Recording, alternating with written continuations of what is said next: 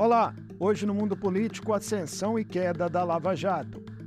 A operação de combate à corrupção em contratos celebrados junto à Petrobras foi deflagrada em 2014 e marcou decisivamente a história do país na última década.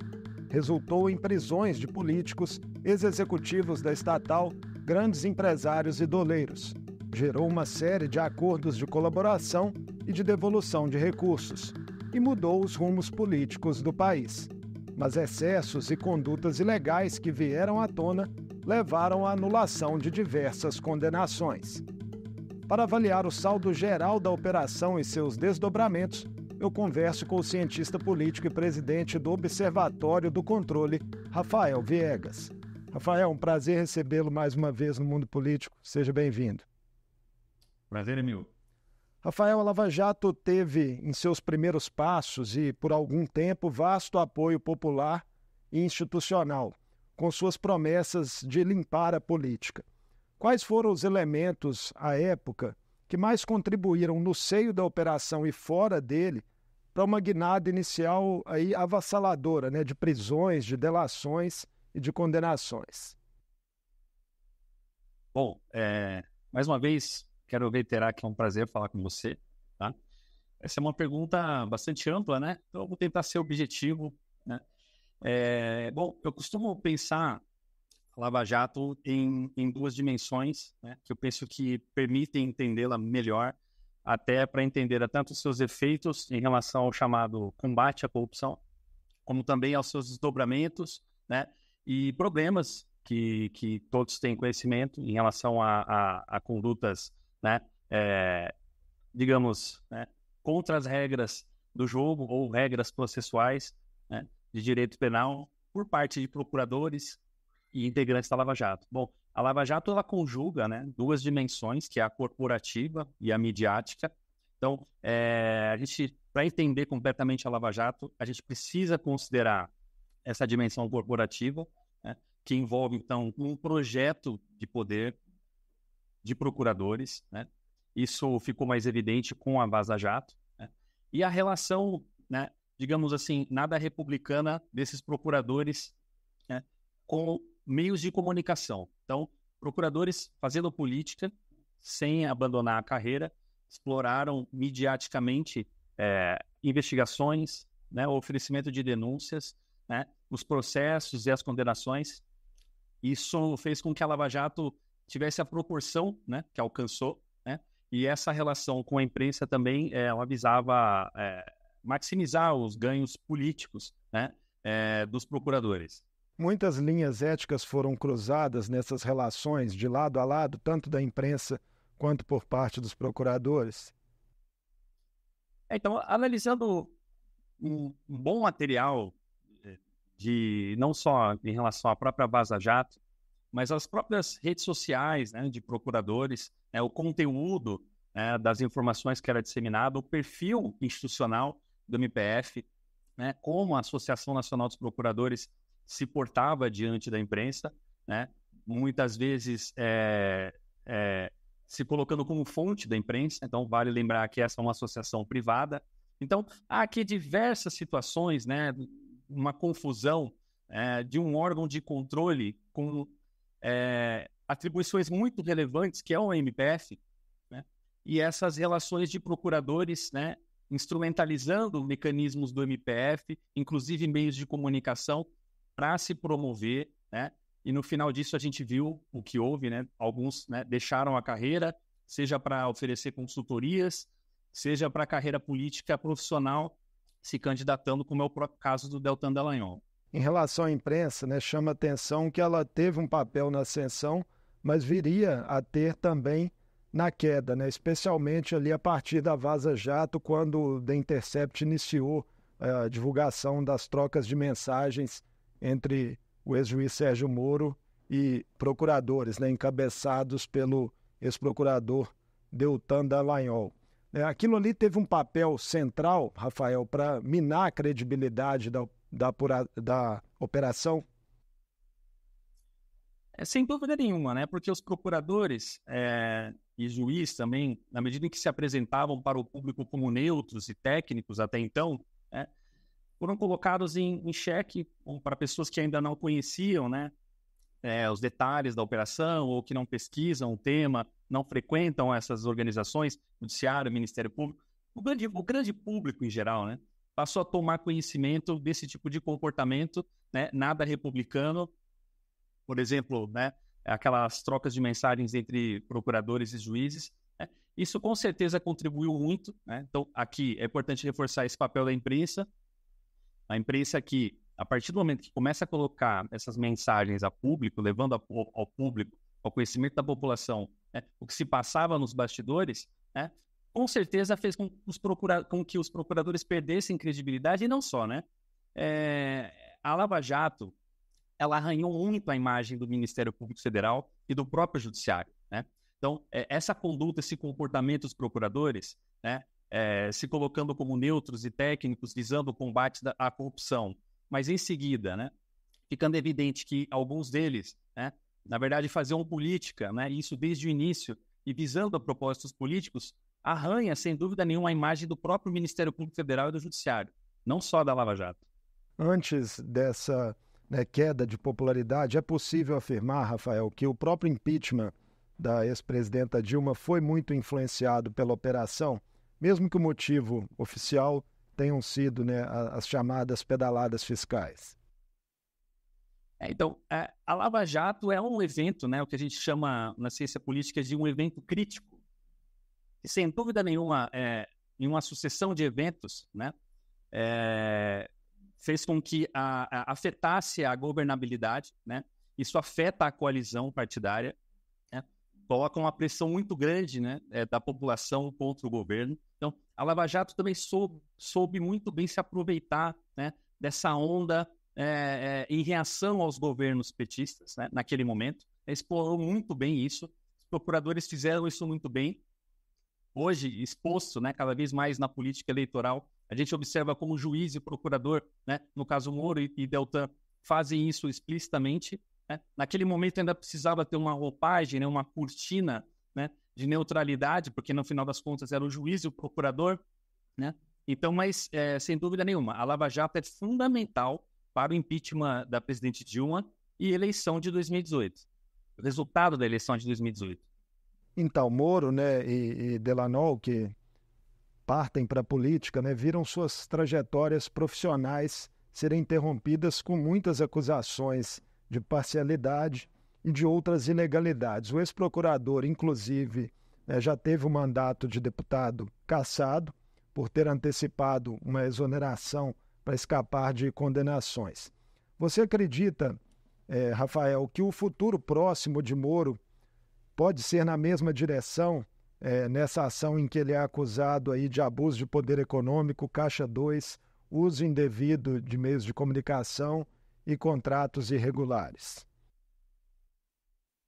Pois então, tudo leva a crer que sim, né? Então, você vê lá que tem uma ação, você tem a representação do partido, né, do presidente de um governo que ele integrou e também, né, do partido do atual governo, né? E pelas provas que são apresentadas, tudo leva a crer, né, que vai acontecer o mesmo destino do Deltan Dallagnol. Né? Recentemente, a gente teve a notícia de que a própria esposa do Moro, eleita por São Paulo, no início, toda aquela confusão em relação ao domicílio eleitoral dos dois, né? Ela continuou em São Paulo, foi eleita por São Paulo, agora acaba de, né, enfim, transferir isso para o Paraná. Então, é uma coisa muito conturbada, né? Então, assim, as pessoas, digo, o público, de uma forma geral, não tem conhecimento, né, de detalhes, né, da trajetória dessas pessoas, né, do tipo de socialização, das práticas delas em relação, por exemplo, não só a Lava Jato, né, a como elas se portaram diante dos meios de comunicação, como elas exploram, né, a violência política, né, o extremismo. Você falava das eleições de 2018, Rafael, e muitos especialistas culpam diretamente a Lava Jato pela ascensão do bolsonarismo e da extrema-direita no Brasil. O próprio ministro do Supremo, Gilmar Mendes, afirmou em uma recente entrevista que, abre aspas, Curitiba foi o germe do fascismo. Foi a frase que ele usou. Qual o peso de fato, da operação nesse processo e como ela dialoga com outras causas, né, na realidade brasileira.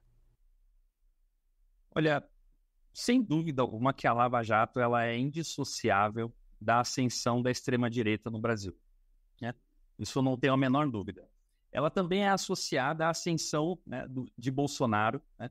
Ela afeta, né, em 2016 o impeachment, mas ela também afeta as eleições municipais naquele período, né? Ela afeta as eleições de 2018 com mais força.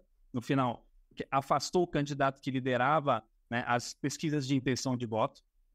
A Lava Jato, ela se colocando, né, seus operadores se colocando daquela maneira, né, de forma neutra e técnica, né, mas criminalizando certos segmentos, né, da política. Eu falo sempre certos segmentos, que a Lava Jato, né, a gente precisa também olhar para a Lava Jato por aquilo que ela não fez, né?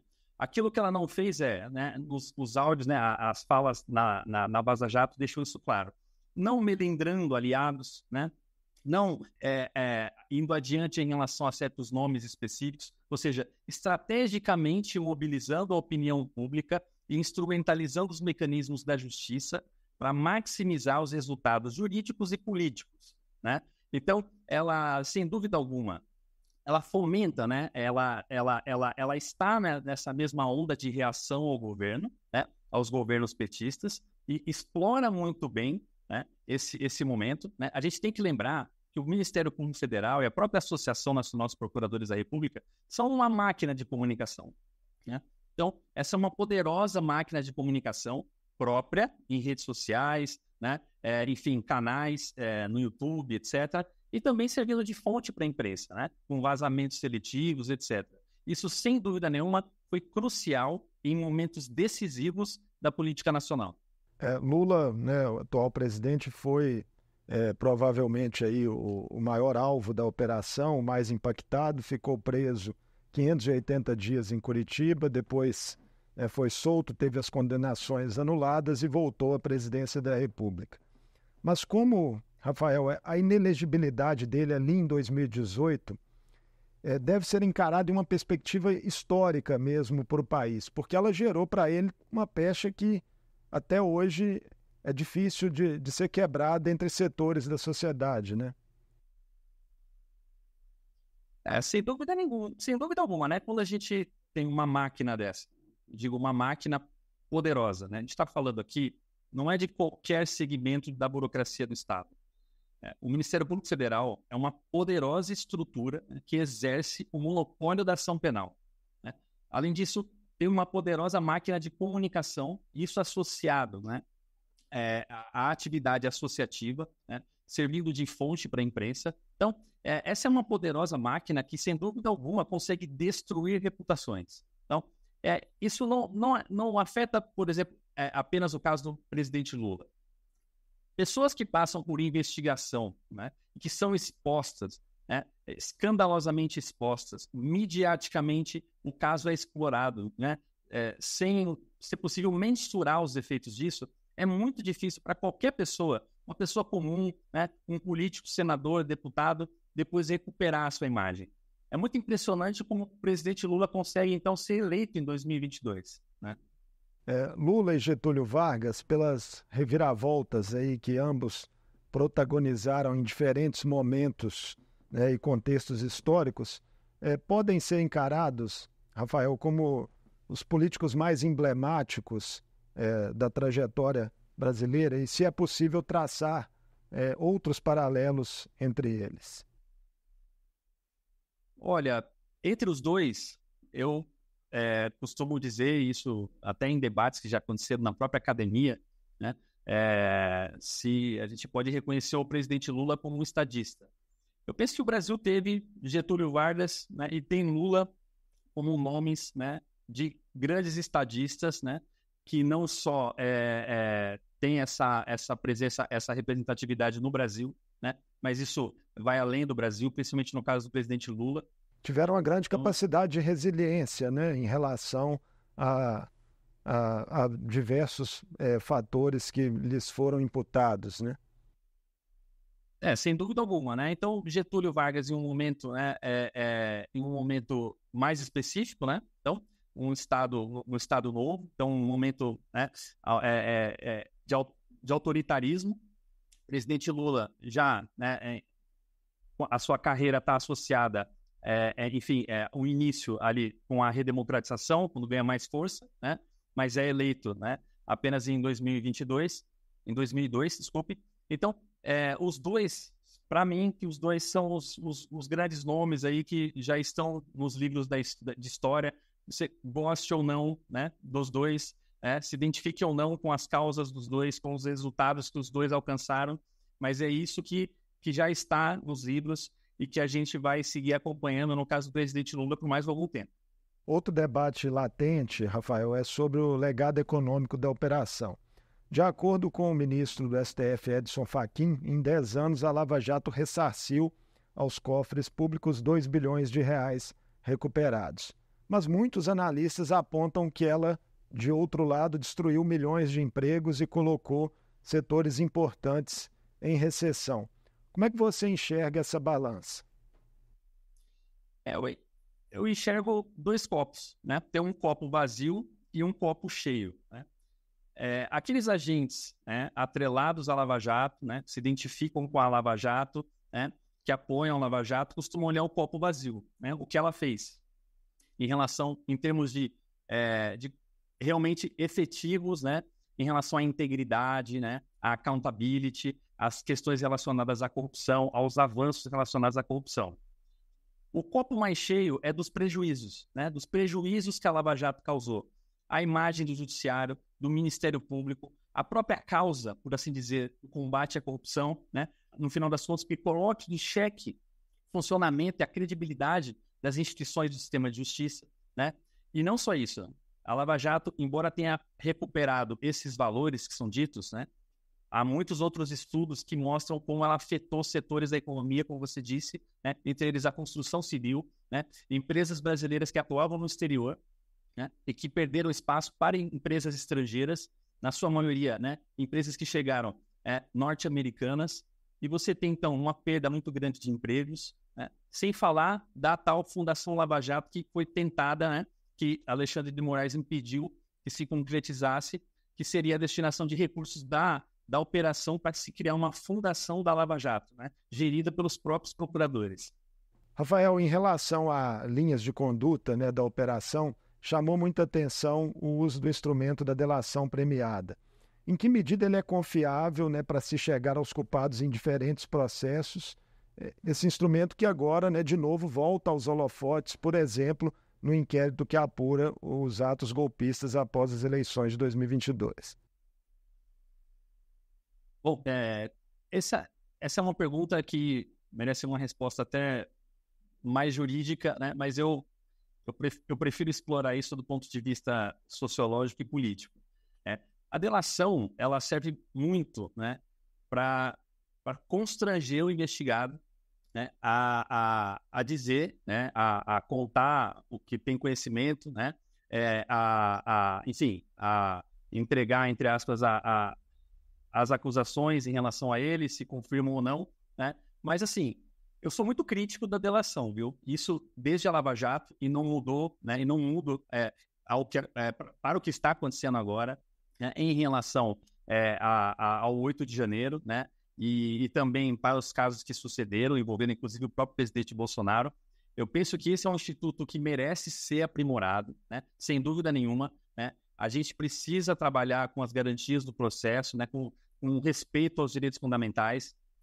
Há sérios riscos na delação, né, de que o acusado, né, diante de uma, entre aspas, uma ameaça, né, de uma denúncia, de uma prisão, né, ele diga certas coisas em detrimento de outras, né, até para poupar familiares, etc. Essa pessoa está numa situação muito delicada, né, para que ela possa afirmar alguma coisa e que se tenha credibilidade. Lógico que isso deve ser corroborado com outras provas, etc., né, mas eu penso que deve ser aprimorado, especialmente com a implementação do juiz de garantias, né? Separando aqui a conduta do juiz que acompanha a investigação, da conduta do juiz que vai sentenciar, né? Então, eu penso dessa forma, isso para a Lava Jato e também para o que acontece hoje, né? Eu vejo com reservas o Instituto utilizado nos dois momentos, inclusive agora. Em fevereiro de 2021, Rafael, a Procuradoria-Geral da República encerrou as forças-tarefas criadas exclusivamente para cuidar dos casos da Lava Jato no Paraná, no Rio e em São Paulo. E o Conselho Nacional de Justiça deve divulgar em breve um relatório final sobre irregularidades na Lava Jato a partir de inspeções na 13ª Vara Federal de Curitiba. O que podemos esperar em relação ao documento? Olha, eu tenho tido acesso às informações que saem pela imprensa, né? Mas o que eu posso te dizer é que as corregedorias do Ministério Público Federal, do próprio TRF4 e do CNJ e do CNMP, eu costumo dizer que elas, entre aspas, né, falharam, né? E essa falha, né, custou desdobramentos da Lava Jato, né? Custou a anulação, né, de sentenças, né? Custou a anulação de algumas decisões. Então, não se combate, entre aspas, né? Eu não gosto dessa palavra combate, não se combate o crime ou a corrupção praticando crimes, né, e atos de corrupção, né, imoralidades e ilegalidades, né? Não é assim que funciona, não é assim que deve funcionar.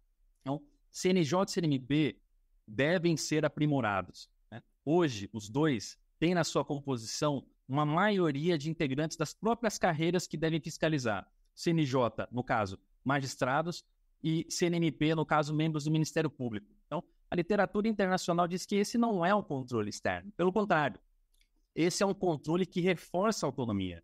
E no caso do Brasil, isso é agravado com um tipo de corporativismo predatório que a gente observa nessas organizações, né? Os privilégios penduricados estão aí para mostrar. Então, na dimensão corporativa que ressaltei no início em relação à Lava Jato, a gente precisa incluir CNJ e CNMP, né? No caso, os dois, e ainda com mais força o CNMP, que se encontra capturado pelas associações de classe do Ministério Público.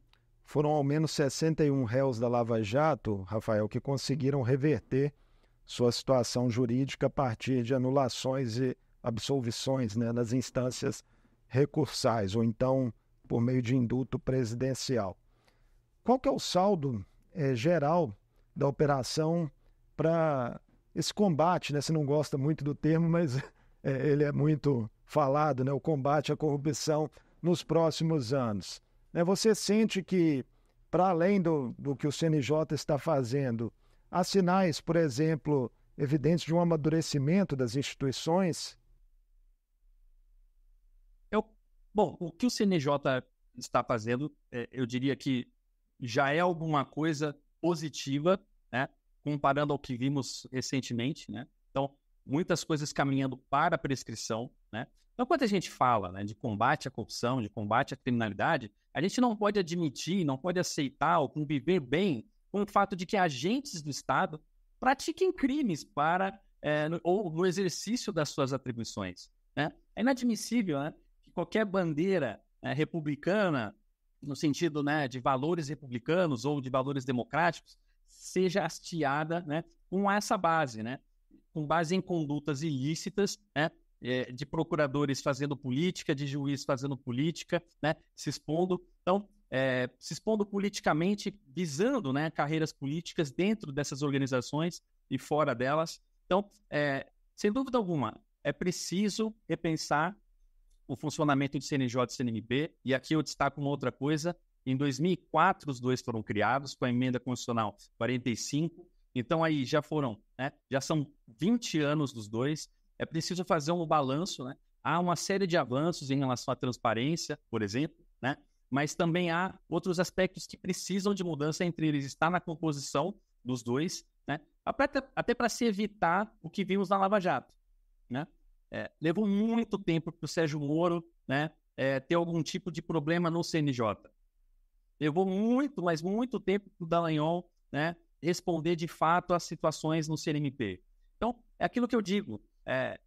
Por muito menos, juízes e procuradores são punidos. Uns parece que podem mais do que outros. E é isso que a gente precisa entender. Existe aqui um corte, né? Esse é um corte ideológico, né, que passa por esse corporativismo que eu mencionei, um corporativismo predatório. Então, o que eu quero dizer com isso? Procuradores que exerceram o direito à crítica da Lava Jato foram perseguidos e punidos.